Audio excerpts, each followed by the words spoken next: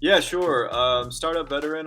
Been in startups for almost 15 and a half years now. Had a very unique upbringing with working at one of the most prominent venture capital firms in the Midwest called Lightbank, and they were pumping out, unicorns like it was nobody's business. And my job at the time was to help with like sales and marketing and strategy. So I wasn't like a venture capitalist myself, but I got tremendous insights in a unique way Experience. in Sure. the exactly Learn. in the early stages of building a startup. And that was my jam, and I just lived in that little 0 to 1 type of programming. And once it got past that, typically they had more money and they would hire operators and things of that nature. But anyway, people that did that for quite a while had some tremendous insights and experiences from some of the best folks that work out of there, and they spread their own wings and build their own companies, which all of us did literally start something at one point, usually in our late 20s. So I did a couple of lifestyle businesses, mostly around mostly around lifestyle and events. But I did one on hospitality with tech. All of them did pretty well. The hospitality with tech one kind of fizzled because of the landscape with COVID, unfortunately. All the bars Mm. and restaurants shut down. Luckily, I was also simultaneously doing these events called Startup Bootcamp, which basically was like a passion project. It wasn't even a business at the time, really.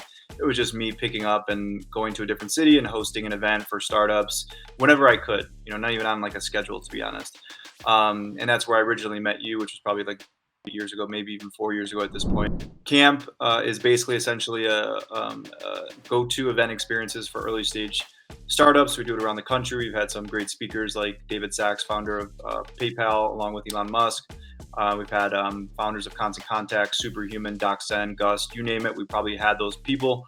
Along with, we help 5,000 founders, and we've been in 20 plus cities with 400 plus testimonials of founders raving about the experience.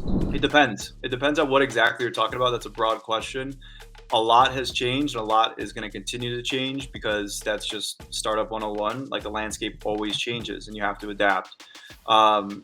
Even from a consumer standpoint, we'll look at like audio that's been popping up. Audio and video itself have been popping up. Like, look at where we're sitting right now. Look what we're doing right now. Look at Clubhouse. Look at Twitter Spaces. Look at Spotify. So those are like some of the biggest trends and changes. In regards to venture capital, it was first a little frothy, and then that kind of changed over time during like COVID, and the evaluations were skyrocketing, and now they're like starting to come back down and becoming a little bit more like modest. So it just depends on exactly what you're talking about, but hopefully those two give you a good broad definition of both sides of venture capital and startup side. So I'm a little biased when what I'm about to say, but I think it's the backbone of any startup, 100%. Because without a good go-to-market, you're going to fizzle out really quick, and you're going to throw in the towel because you're not getting enough traction. And startups are already hard to begin with. So if you don't give every leg up that you possibly can to make the company successful, you will fail because you're not going to want to keep pursuing the venture. So with that said, if you don't have all the right pieces in place when you're about to go to market, you're going to flop. It's super important because you need a mixture of really both.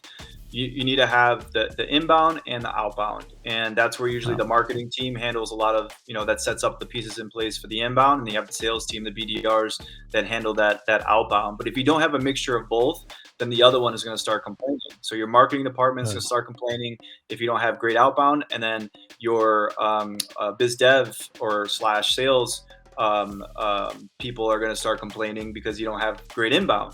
So you have to have a little bit of Right. both.